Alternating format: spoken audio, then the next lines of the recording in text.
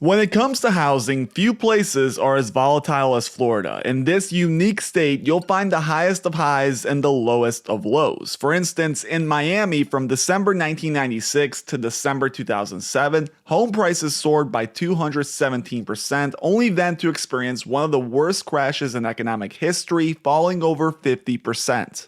It would take the Florida market nearly 14 years to recover back past these 2007 highs, and now with the market continuing to soar, many are left wondering whether the same fate awaits Florida in the near future. Earlier this summer, we started seeing some concerning news. With price cuts increasing and inventory skyrocketing, many experts online in the real estate sector are warning that this could be the start of the next crash. Today, we examine new evidence that sheds light on these shocking figures coming out of the Sunshine State. And we begin with a bit of history. According to Zillow, the median price of a Miami home since January of 2020 has increased by 65%.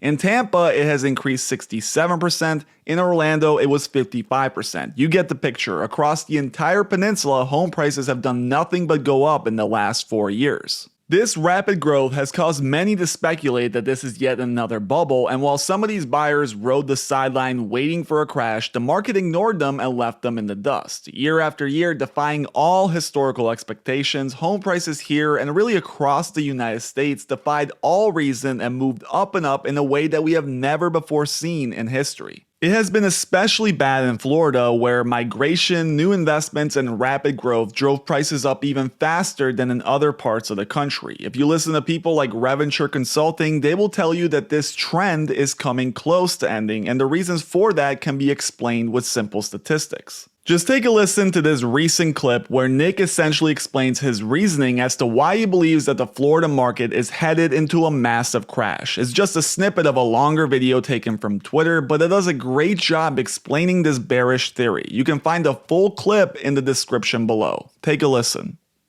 Florida's housing market is in a massive bubble that is starting to pop, which should be a big concern if you're a homeowner or a home buyer in Florida. The trends say prices in Florida will be going down in 2024, and in this video I'm going to show you why. The first thing you want to do to understand Florida's housing market is look at how overvalued home prices are compared to the long-term norms, which we're doing here on Reventure app. And you can see prices in Florida are 30% overvalued. The typical home value across the state's $392,000, whereas the fair home value based on underlying incomes is $300,000. You can see that this is basically the highest level of overvaluation in Florida's housing market since the peak of the last housing bubble in 2006.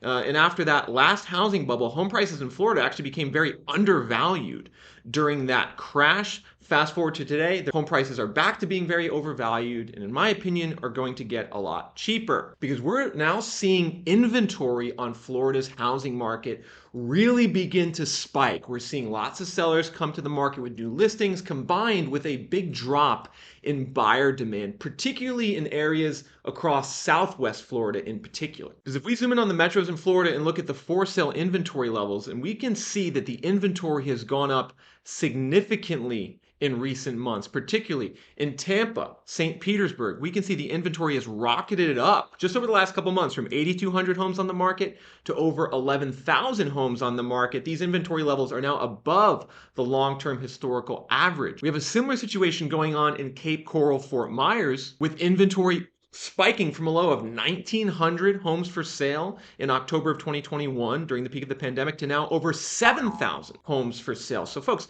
when you see these increasing inventory levels in your metro and in your neighborhood, that's a dead giveaway that there's going to be downward pressure on home prices. And you got to really pay attention to what's going on in your neighborhood and in your zip code, because So as you just heard there, Nick really bases his entire outlook on Florida and many other areas on a parameter that judges home values based on income levels. In simpler terms, he's comparing the price of a typical home in the area to the average income of the people living there and then analyzing this over the years. In Florida, this measurement shows that home prices are about 30% overvalued, and this makes sense from an outsider's perspective. If people living there are suddenly spending 2x their income to afford the same home that existed 20 years ago, you have to think that this is some sort of bubble, and in the future, for whatever reason, these prices will even out back the historical norms. If we take a closer look, you'll see that in the Miami-Dade area, the typical household has a median income of $69,000. With today's interest rates and average home prices, a normal family in Miami would spend 78% of their monthly gross pre-tax income on a typical house bought with a 20% down payment and a 30-year loan term. In contrast, a typical family in Cleveland would spend only 25% of their monthly gross income on a similar house. This stark difference highlights the massive disparities between the two areas and supports the idea of an overvalued bubble. If families cannot afford homes, it's hard to see how home prices can continue to rise. But one thing that's not being talked about on YouTube and other social media platforms is the problems with these arguments. There is no denying that prices have been outpacing incomes in a lot of these areas, but my argument is that maybe this is the wrong measurement for valuations. And it all comes down to something I call the privileged class theory. You see, we all love to think that homes in the US are bought by the middle class, but as we are about to see in this country, this may not be true anymore going forward. While Reventure Consulting uses the ratio of median income versus home prices to gauge whether an area is in bubble territory, that measurement may be completely uncorrelated. More and more, we're seeing that only the top 10 to 20% of people or households are even looking to buy a home, and many of these people are receiving help from parents, inheritances, trust funds, or moving from high-value states like California to buying in areas where homes are cheaper. All of these people are not reflected in these income stats. A one-time gift from your parents isn't going to show up in the census report regarding household income, nor will a trust fund, inheritance, or sale proceeds from a different home. Many of these inflated home prices in Florida are being bought by people exactly in these situations. And this doesn't get captured in the graph that is put out by Reventure. I'll give you a real-life example where this concept has already been true for decades.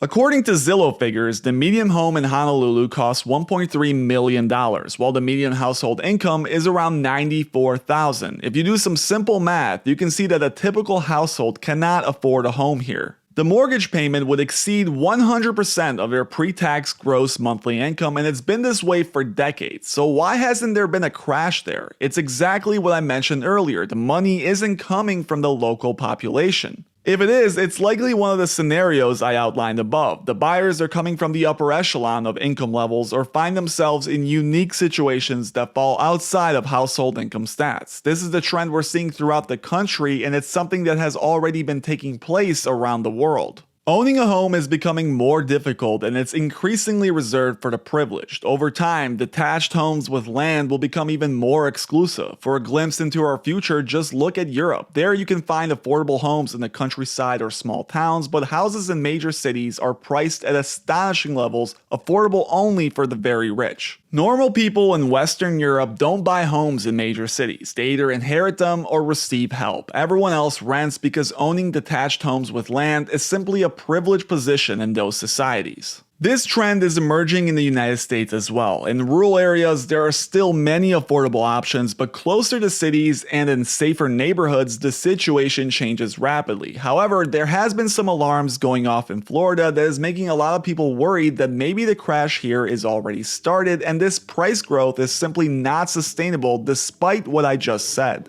While the rest of the country struggles with low inventory levels, some hotspots in Florida have seen a significant rise in inventory, sparking debates. For instance, Lakeland, Florida has experienced a spike in active listings, drawing comparisons to the 2007 crash. A chart by Lance Lambert shows this trend clearly. New listings in Lakeland are now 30% higher than the 2017 through 2019 average. Additionally, active inventory has soared, transforming what was a tight market in 2021 into an overflowing one with listings left and right. Prices have remained somewhat stable, but buyers have yet to recognize the rapidly changing situation. Despite these shifts, real estate on a local level remains complex. For instance, using Nick's Reventure app, you can see unusual price behavior that defies expectations based on inventory levels. Digging into specific neighborhoods, you can see that in the 33830 zip code, there has been a 127% rise in active listings compared to the same period last year. Despite this increase, home values have risen by 6%, even with double the number of houses on the market compared to last June.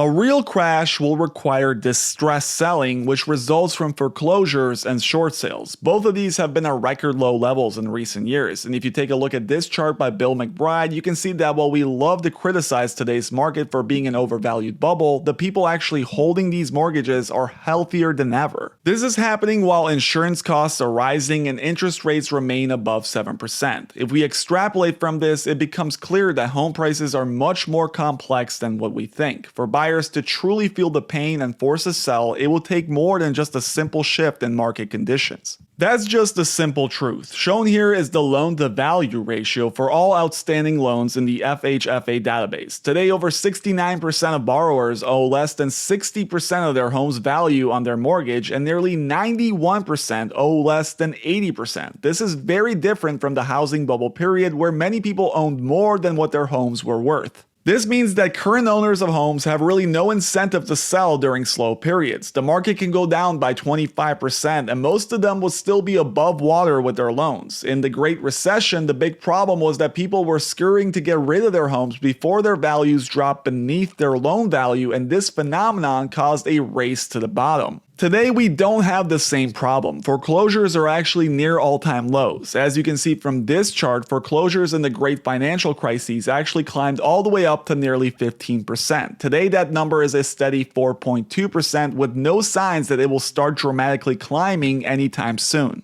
And since we're on the topic of foreclosures, I must mention one of the best resources for finding foreclosures nationwide, foreclosure.com. By signing up using my link below, you can enjoy a 7-day free trial, granting you access to a comprehensive repository of pre-foreclosures, bankruptcies, tax liens, and other distressed assets. No other platform can rival the depth and timeliness of the information that foreclosure.com provides. If you're searching for a great deal, this is the website for you. Now, regarding the number of foreclosures, as I mentioned earlier, we are on the low end compared to previous years. With loan-to-value ratios looking very healthy, the catalyst for a 2007-like crash is just not there. Sure, inventory growth in Florida and other parts of the country are somewhat concerning, and there may be a slowdown in price rises. However, I'm skeptical that an all-out crash will occur anytime soon. Overall, it's likely that the US will follow the trajectory of Europe and Australia regarding prices, and the deviation from incomes will continue to grow. While there may be temporary slowdowns in specific zip codes, the overall theme will remain bullish. Hoping for another 2007-like crash is a terrible assumption, as proven over the last 4 years. Thank you guys for watching. As always, please make sure you hit that like and subscribe button if you enjoyed it, and if you don't mind, take a second to check out my brand new Substack, where I'll be writing weekly newsletters that focus on a more analytical approach to real estate in specific areas of the country. The link is down below, and I would greatly appreciate it if you subscribed.